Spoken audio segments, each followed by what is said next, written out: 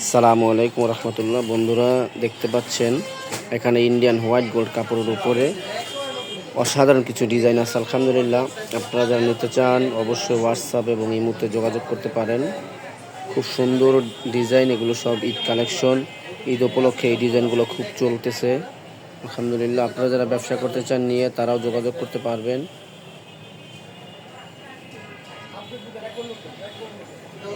আমাদের ইমো এবং WhatsApp number 01688389950।